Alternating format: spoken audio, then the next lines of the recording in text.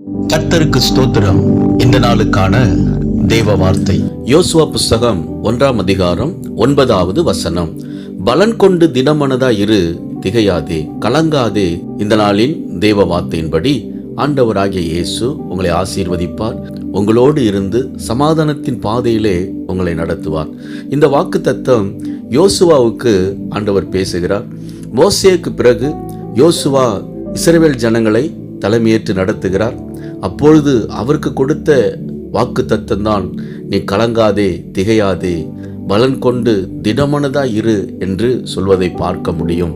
ஆண்டவர் சொன்ன வார்த்தையின்படி யோசுவாவோடு இருந்து இஸ்ரவேல் ஜனங்களை வழி நடத்தினார். அவர்களை சமாதானத்தின் பாதையிலே நடத்தி சென்று கானான் தேசத்தை சுதந்தரிக்கும்படி கர்த்தர் கிருபை செய்தார். அன்பானவர்களே, ஆண்டவர் உங்களோடு இருந்து உங்களை வழி நடத்துவார். உன்னை விட்டு விலகுவதும் இல்லை, உன்னை கைவிடுவதும் இல்லை என்று சொன்ன தெய்வம் உங்களை அழைத்தவர். உங்களோடு இருந்து சமாதானத்தின் பாதையிலே உங்களை நடத்துவார்.